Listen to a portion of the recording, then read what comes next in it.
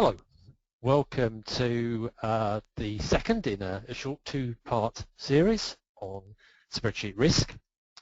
Part one, we looked at looking at the type of risks that spreadsheets could result in. Hopefully you can see a poll question, and in that poll question there's a reference to USPRIG, a strangely named organisation. USPRIG stands for the European Spreadsheet Risk Interest Group, and we talked quite a bit about USPRIG in part one of the series. USPRIG keep a sort of history of some of the dreadful things that have happened with spreadsheets over the years that have made the national and international news. So if you weren't here for the first episode in the series and you're wondering what USPRIG is all about, worth looking at their website, www.usprig.org. So having covered sort of the concept of risk and why spreadsheets are particularly risky last time, this time we're going to look at some more practical considerations. Now we've only got 30 minutes, so well, a bit over 30 minutes probably, so we can't do absolutely everything. And I'm going to try and concentrate on certainly practical things, but also things that are relevant to pretty much every spreadsheet that you're likely to do, whatever size of business you're in. Just before we plunge into the detail, a couple of other things to mention. First is there is a hashtag, so you can contribute via Twitter with the hashtag filtered webinar. And I'm also going to mention the ICAEW 20 principles for good spreadsheet. Actually, it's good spreadsheet practice. I keep calling it good spreadsheet design. It's actually good spreadsheet practice. We spoke about that last time, and I was involved in these 20 principles, as was somebody else from the filtered team. Certainly worth having a look at that, and hopefully there'll be a link to that provided to you at the end of the webinar. Okay, let's launch into the detail, and we'll start with design. And before you plunge into typing into your Excel spreadsheet, possibly the first thing you should ask yourself is whether you should be using Excel, a spreadsheet at all, whether it's the right tool for the job. I think this is particularly relevant where you're looking at large quantities of data. Excel obviously has a grid system which seems fine for keeping lists of things. It has a data ribbon with all sorts of data tools. But Excel isn't really that good at managing and storing data. It's fine for working with simple lists, and it's certainly very good at manipulating the data and presenting the data, but it's not great at controlling the input of data. For example, if you're working in a database and you've said that a field, sorry, just remembered as I'm talking, couple more seconds to complete the poll if you haven't done already, and then we'll close the poll and look at the results at the end. Back to databases. If you've nominated a field in a database as holding dates, then the database will ensure that people can only enter dates into that field. In Excel, you might think that a column should only hold dates, but by its nature, Excel doesn't limit what people can type into dates. You have to do that yourself. So if it's a question of lots of data, then perhaps a spreadsheet isn't the right tool. Perhaps there's an actual application out there that will do what you want to do. It's much better if there's already something there that other people have created, tested and used than trying to redesign it from scratch. If you have established that a spreadsheet is what you're going to use, then even then perhaps don't rush straight in and start typing. Maybe think a bit about what your spreadsheet's going to do. Okay, if it's a really simple spreadsheet with 7 cells and a single answer, maybe not. But if it's got several sheets, if you've got to worry about what are the inputs going to be, what are the outputs going to be, how you're going to do the calculations that take you from inputs to outputs, then maybe plan your spreadsheet before you actually start creating it. And hence the picture on this slide of a nicely sharpened pencil. I usually start with a nice pencil and a reasonably big bit of paper. I've got a pad of A3 paper, and if I'm about to do a spreadsheet, I'll sit and sketch out the design of the spreadsheet, what inputs I'm going to need, what sheets I'm going to need, roughly what the outputs are going to be. It doesn't matter that much what you end up with on your sheet of paper. The important thing is you'll actually have thought through how you're going to structure your spreadsheet. And I think that way you end up with a much more logically structured, much more coherent spreadsheet than if you just dive straight in. Quite often if you dive straight in and sort of work out how it's going to work as you go, you end up doing things in a fairly haphazard and poorly structured way, and that contributes to making your spreadsheet inefficient and also error prone. So think a bit before you start, do a bit of planning before you start. Once you're into the spreadsheet itself, then you'll need to think about documentation. It's a frequent criticism of spreadsheets that they're not particularly well documented. Now, if a spreadsheet is only intended for you to use yourself, perhaps that's not so important, although I'm sure lots of us have gone back to spreadsheets we did a few months, weeks, or maybe even days ago, and wish that we'd written down something about how we did a certain thing in that spreadsheet. Documentation can be very useful, particularly where somebody else has to pick up your spreadsheet, to explain to them how it works, how they should use it, even just very simple things like your name so that they know who to contact if they've got an issue, maybe version control, what the spreadsheet's meant to do, what data it uses, what other files it's linked to, just things that people would find useful in order to be able to use your spreadsheet safely and efficiently. And then another really big issue when you're designing your spreadsheet is to think about how long your spreadsheet's likely to last for and what sort of things might happen to your spreadsheet in that period. And it's worth sort of considering that often spreadsheets last a lot longer than you originally intend. So think what might change. That might be something simple like some sort of tax rate, growth rate, interest rate. That might change during the period of your spreadsheet. Might be a more structural change. You might have a business with 3 branches. As you design your spreadsheet, think, well, what would happen if we acquire another branch? Would I have to start my spreadsheet from scratch, or could I design it in a way such that it would allow for taking on more branches much more easily? So think about what might change, design your spreadsheet to allow for that change. And then structure your spreadsheet well. We talked a bit about spreadsheet standards last time. Most spreadsheet standards I've seen have suggested that people should separate different items in their spreadsheet from each other. So separate sheets for data input, separate sheets for calculations, separate sheets for the outputs. So think about the structure of your spreadsheet.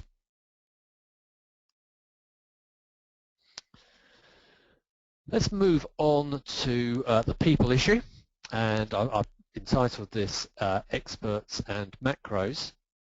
And quite a few organizations end up relying on a few experts or even a single expert. And obviously, I guess a lot of us here will consider ourselves reasonably expert in Excel, and Excel expertise is a good thing. But relying on a few individuals or even worse on a single individual can be a big problem, because individuals move on either within an organization or they leave and go to other organizations. And if you've just let the expert have free rein to do lots of clever things with your spreadsheets that nobody else really understands, that's a big issue when they leave or even threaten to leave. So if you do have people with particular expertise, make sure that that expertise is shared, make sure that other people work with them to understand how they're doing stuff, and make sure, going back to our documentation issue, make sure that they document what they're doing so that if they do move on, somebody else can understand how that spreadsheet works, the features that they've used. And the features they use is an important thing. You can create Excel spreadsheets without using very many of Excel's advanced features, or you can use loads and loads of advanced features such as array formulae, some of the more complex functions, and in particular VBA code. Now, if you're a programmer or what your experts are programmers, they might find it very easy to use Visual Basic Code to do things to solve particular problems. But understanding that code, if the people left after they've gone aren't programmers, understanding that code and how it works and how to support it and manage it can be a really big issue. So it's quite a reasonable idea to try to reduce the number of advanced features that are needed and to make sure those features are only used when they have to be used. If there's a simple way of doing something, use the simple way rather than some advanced way that nobody else understands. Peer review and teams. If you're working as part of a team, that can be a really good idea. However good you are at Excel, that other people will have different experiences. Working together probably ends up producing a much better spreadsheet because people will be able to bring different experiences, different ideas they've come up with to your spreadsheet and improve it. One of the important things is looking at the end result. Now, probably the worst person to look through your spreadsheet is you, because you know how it's meant to work. You'll use it in a fairly logical and straightforward way because you understand it. It's probably much better to get somebody else who doesn't know how you've done stuff to run through your spreadsheet and see what problems they have. Because if particularly this spreadsheet's then going to be released on another set of users, having somebody else go through and see the problems those users are likely to have can make a big difference in the usability of your spreadsheet. So peer review is a very powerful tool. Now, before we go on to the next slide, we're going to look at another poll. So hopefully we've got another poll here to have a look at, and if you could answer the poll before we go on to the next screen, when hopefully I'll give you the answer. So this poll is about a straightforward aspect of creating formulae in Excel, something that pretty much we have to do in all the spreadsheets we create. So I'll give you a few more minutes. Well, no, I won't give you a few more minutes. Give you a few more seconds. So that's probably long enough. We'll now move on. And the poll was all about data in formulae and why something like this might not be a good idea. Actually, I've called this column VAT. It's probably more correct to call it gross because it's the value with the VAT added. VAT is a sales tax that we have over here in the UK. And the formula here, what I've done is I've just created my gross total by multiplying my invoice value by 1 plus the VAT rate, and I've just put that in the same cell. Now that's a big problem, and it's a big problem for 3 reasons, which perhaps gives you a clue to the right answer to the poll. The 3 reasons that spring to mind, firstly, and perhaps most obviously, the ease of changing that value. If a tax rate, growth rate, whatever changes, and you have to change that value, if you've put that value, typed it into dozens and dozens of cells, then going through and changing all those values to the updated value is going to be not only inefficient, not only very time consuming, but also very error prone, because the chances of you getting them all right and not forgetting any are probably fairly limited if there's lots of them. So first problem, difficult to change the data. Second problem is, okay, on this screen, because we've got the column headings, we might be able to see what's going on.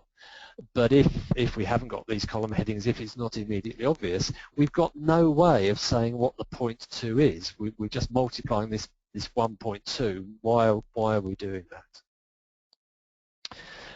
Now, both of those are important, but perhaps they're not the most important reason. The most important reason not to include data in the same cell as your formula relates really to control and to testing of your spreadsheet. We'll talk about testing towards the end, but if any of you have ever had to test a big complex Excel spreadsheet, it's one that comes up with a number that's going to be crucial to the business. They're going to make really important decisions based on this number. It's really quite a time-consuming process to test the spreadsheet. So assuming you've done all that, that might involve checking all your formulae, making sure all your formulae are correct, that you've typed them in correctly, that they give the right answer. So you've done all that. You then give your spreadsheet to somebody else to use. And if they can then change that formula, any of those formulae in your spreadsheet, a single change to the formula, because they don't understand what it does, they don't realize it's a formula, so they just overtype it, something like that. Just that single change could be all it takes to wreck your spreadsheet, give you the wrong answer, and make your business make the wrong decision.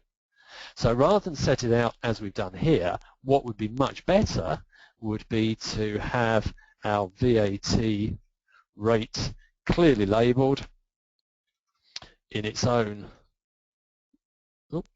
num block, in its own cell,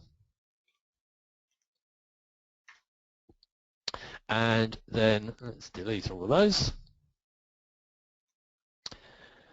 We'll do equals our invoice value times our cell containing the VAT rate.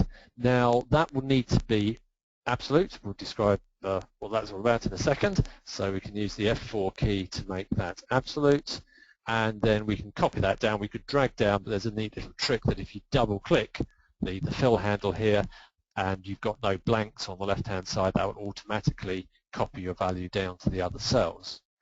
Now this solves all of those three problems. If we need to change the data, it's just simple. We just go to our cell and type in the new value that we need.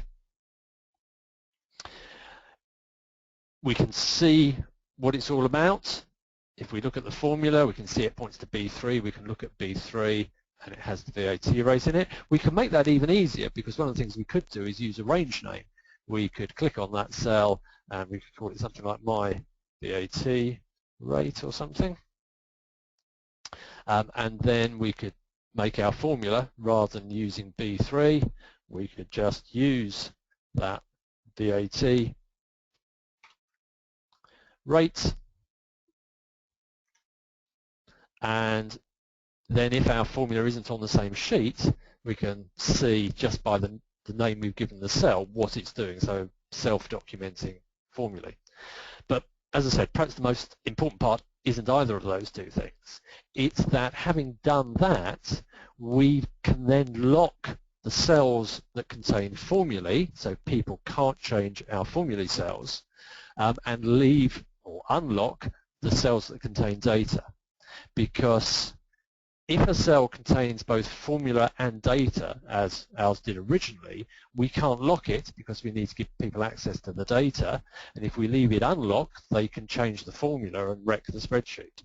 By putting the data and the formulae in separate cells, we can go to our data cell and right-clicking it here, choosing Format Cells, and then in the Format Cells dialog, Protection tab, I can unlock that cell. By default, all cells start off as being locked.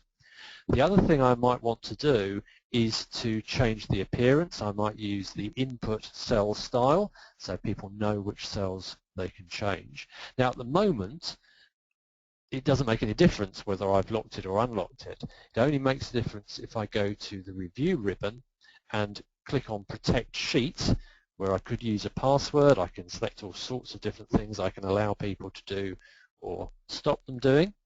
Once I've protected the sheet, locking comes into effect. This cell isn't locked. We unlocked that cell, so we can change it. We go to this cell here and try and change it. Because it's locked and it's on a protected sheet, we can't change it. So our formula is protected. And that's quite an important thing, because if your formulae aren't protected, it just takes something. You could just simply be scrolling through a list of formulae, accidentally catch a key on the keyboard because you're reaching for your coffee or something, and just that action overwrites that that cell with the wrong answer. Using locking and protection does increase the safety of all of your spreadsheets. We mentioned absolute and relative references as part of that topic, and shouldn't underestimate, a lot of you, this will be dead straightforward stuff too, but you shouldn't underestimate how important this is. Just to explain it for those who don't know about absolute and relative references, just create a normal Excel reference, as I've done here. You'll see that it says D14, but actually Excel doesn't understand that as being D14. Excel sees that as a relative position, so it sees it as 2 up, 3 left. It only then just converts that back to D14, so it's easier for us to understand, but it thinks 2 up, 3 left, which is why if I were to copy that,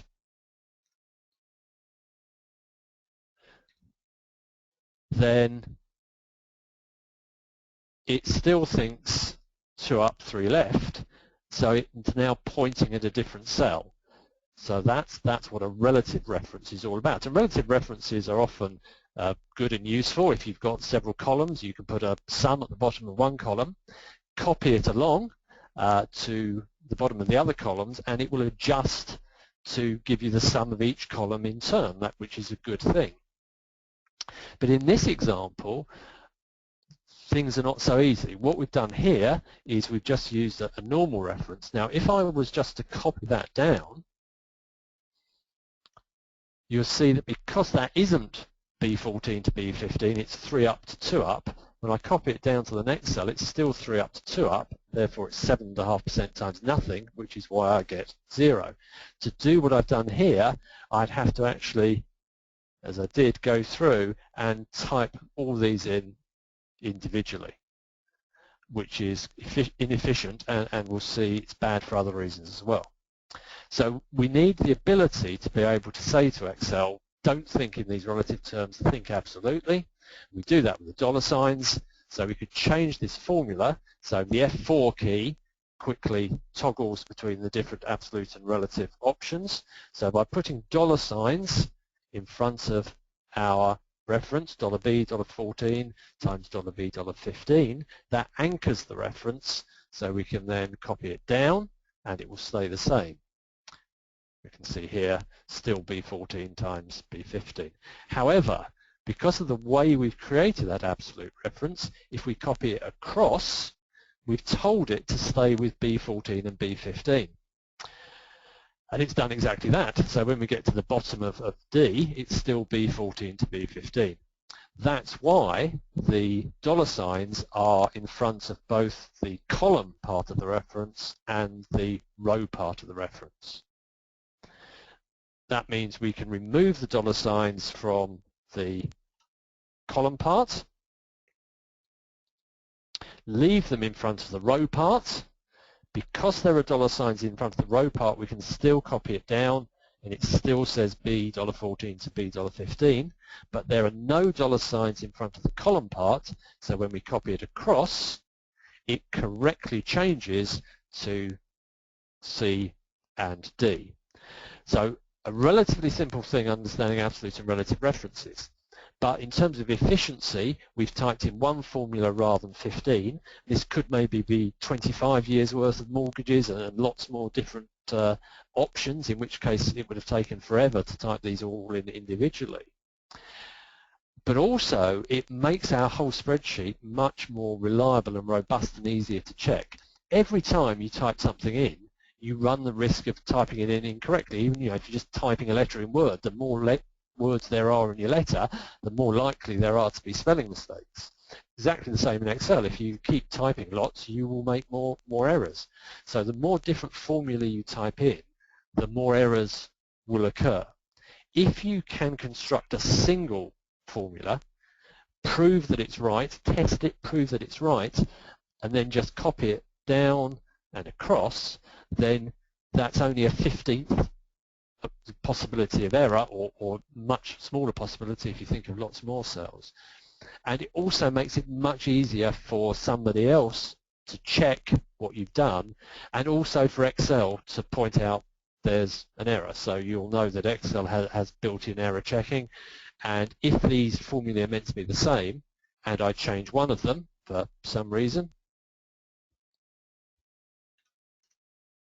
Excel will put a green flash and point out that that's an inconsistent formula.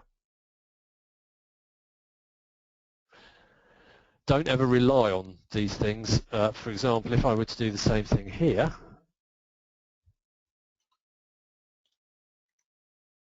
you see you don't get an error flag. That's because there isn't a corresponding formula both above and below the incorrect one, so it can't see that it's inconsistent because it's not sandwiched between two that are the same. So absolutes and relatives, very important. Now this might seem a really simple little thing, but it's one of the most important features that's been introduced into Excel recently. This is the use of tables. So here I've got a table of stuff. I've created just a simple sum formula that's looking at my table of stuff. I've created a more complex sum-ifs function that uses my set of data here, and here I want my user to type in the name of an animal and to see the value for that animal. Now I've allowed for the same animal featuring more than once, so if I were to type in Weevil again here, we'll see that both Weevils are included. There's one Weevil, and this is the lesser of two Weevils. Now let's just change that back to vol. That's all very well, but somebody might type in misspell the animal name, so we might use data validation, and we can use data validation to limit what people can type into a list. We can set the source of that list to our list of animals, and then we can have a drop down. Our user can select from the list and can't just type in incorrect values. Just finally, we'll create a chart based on this data. Do that one. Let's do a simple column chart. There's our chart. And what we're going to do now is to add something on the end. Let's have an ant at 60. And all sorts of things failed to happen when I did that. The ant didn't appear in the chart. The ant doesn't appear in my list of animals. The ant isn't included in my sum-ifs function. It's not included in my sum, although Excel will show that there's a green flash to show that the formula now omits adjacent cells. If you were here for the last webinar, you'll remember Reinhardt and Rogoff, famous professors who failed to spot that particular issue. So I'm going to delete my ant row. I'm going to convert my block of data into a table. I can do that using the Control-T keyboard shortcut, or insert table, or format as table. I'm going to add my ant again. And this time you'll see, because this is a table, things are very different. Chart has adapted automatically. My total includes my new row. My list of animals includes ant, although beware, where you're using data validation, the list and the data validation cell have to be on the same page, else it won't automatically expand. If you do want them on different pages, the thing to do is to give the list of animals a name and then refer to the name in the data validation source.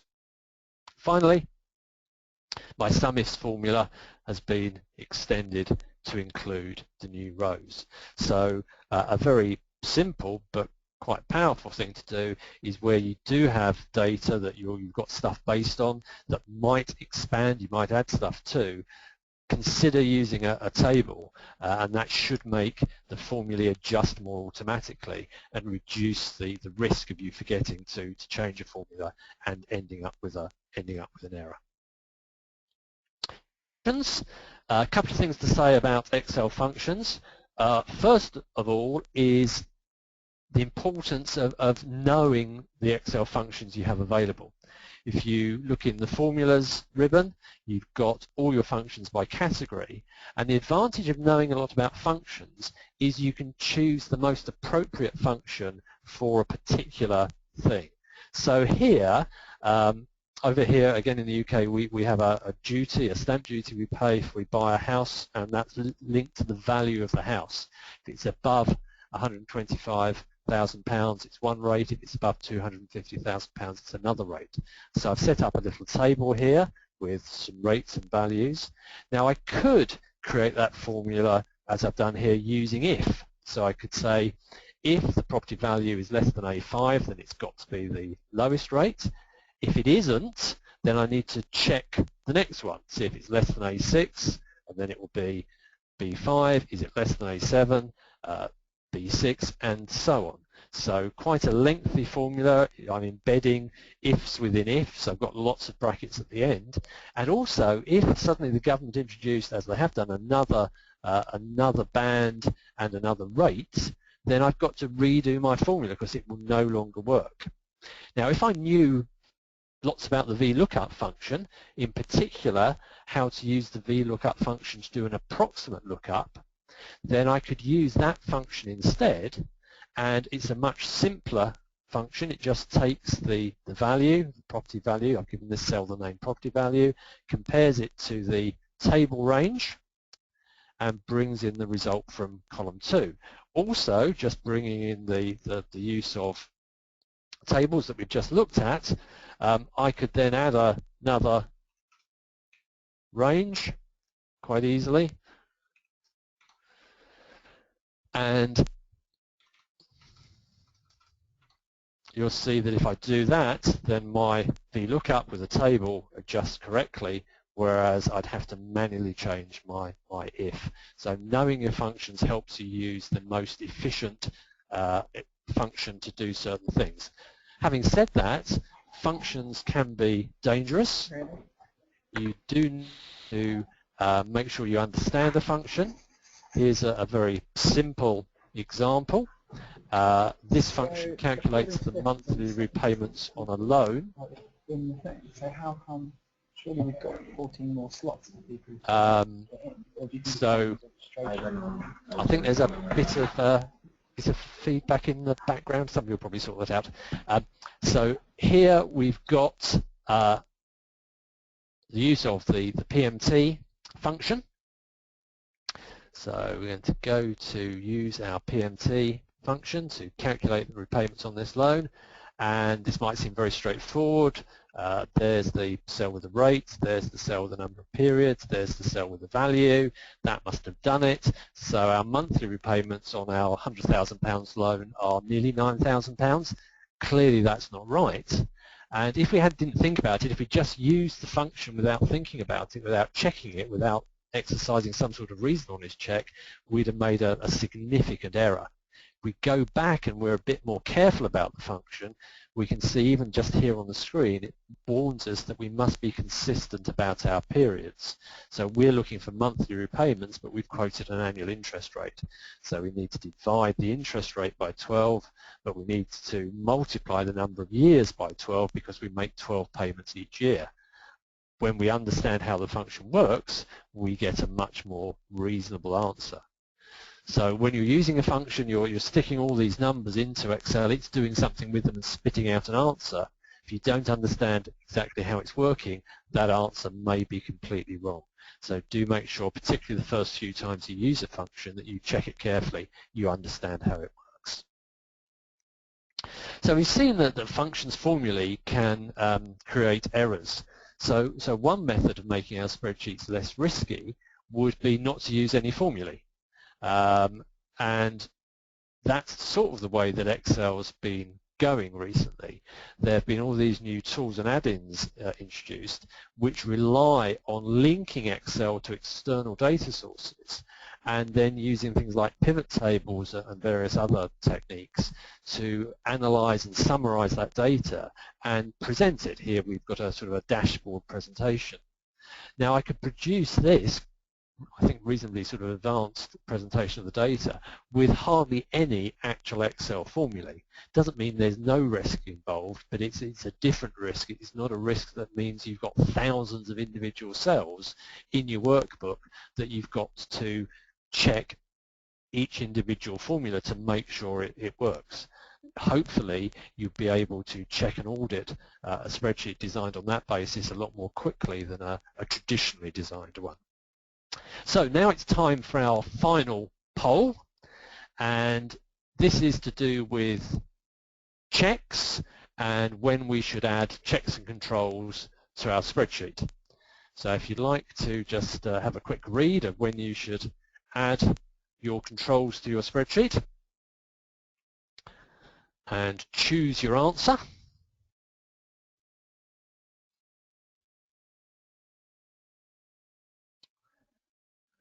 Okay, hopefully that's time to make your choice. Let's go on to the last slide and giving you the answer to the question.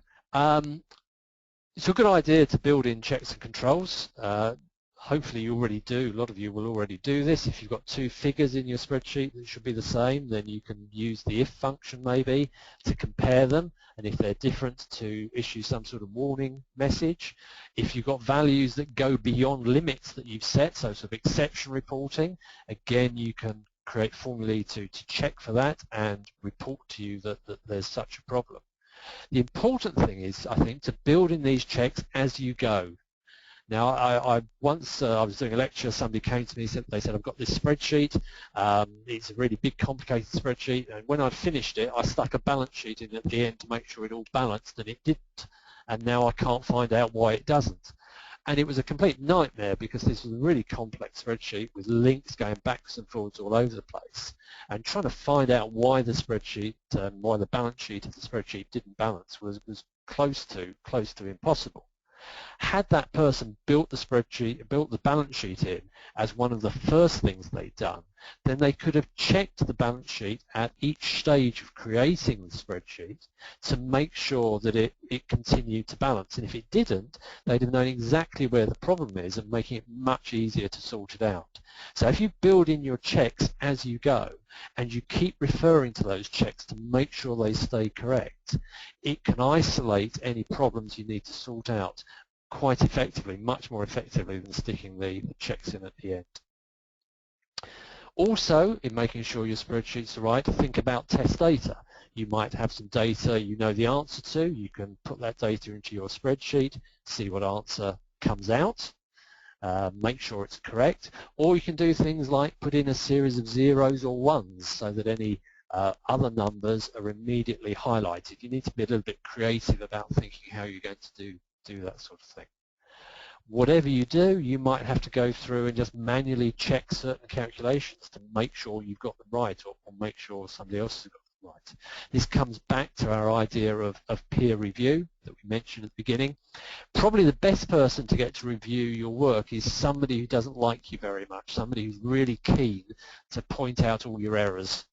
If it's your best mate, then they'll probably be a bit embarrassed at finding all the things you've done wrong. If it's somebody you don't get on with, then they'll be quite happy to go through your spreadsheet and find all your errors. But whoever does it, having somebody else go through your spreadsheet, as we said right at the beginning, it is much more effective than trying to do it yourself. When you're checking and testing your spreadsheet, Excel has a series of formula auditing tools in the formulas ribbon. You've got your formula auditing tools here. You can do things like trace cells that values lead into a particular cell, cells that depend on a particular cell. You can evaluate a long formula step by step. You can watch how certain values in your spreadsheet change as you change other values in the spreadsheet.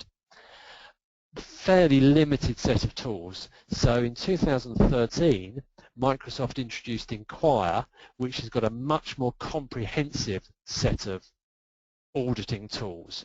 You can see down here, it takes a little while to go through. So I've just done a screenshot that shows you some of the things you can check. So for example, you can check for cells with numeric constants. We talked about those cells where we put in times 1.2 and why we shouldn't have done that. With Inquire, you could provide a list of all those cells so you could see that you need to sort those out. There are other tools and probably in some respects better tools than Inquire, but Inquire is part of Excel. The big issue with Inquire is that it's only part of certain editions of Excel, the Professional Plus edition and the Standalone edition, which I think is it's a mistake on Microsoft's part. This is a tool that would be very useful to lots of Excel users, and it's a shame it's not available throughout the Excel series. It also includes a compare files option, which if you've got two Excel files, you're not sure what's been changed between one and the other, this will go through and highlight all the changes for you. That's quite a valuable part of Inquire. So that's been our dash through some of the things you can do, hopefully good practical things you can do to improve your spreadsheets. While I'm looking through any questions that have been asked, we're going to have another quick poll, and this poll is actually going to just be the first poll again to see whether the seminars or the webinars made any difference. If you've been doing all these things anyway throughout your spreadsheets, then you'll be fairly relaxed about giving the same answer that you gave at the beginning. Maybe you realise that there's perhaps one or two other things you could have done to make your spreadsheet safer. So I'll leave you to consider the poll. And fortunately, as I've talked for slightly longer than I probably should have done, nobody's asked any questions, so I don't have to answer any of them. If you do have any questions, then no doubt you'll be able to put them on Twitter or send them through by email, and we'll do our best to cover them at some point in the future. Thank you very much for completing the poll. I hope that you found the webinar useful. I believe there'll be a series of webinars that we'll let you know about, and do contribute via the hashtag filtered webinar. Thank you very much for your attention, and good luck with making your spreadsheets less risky in the future. Thank you very much.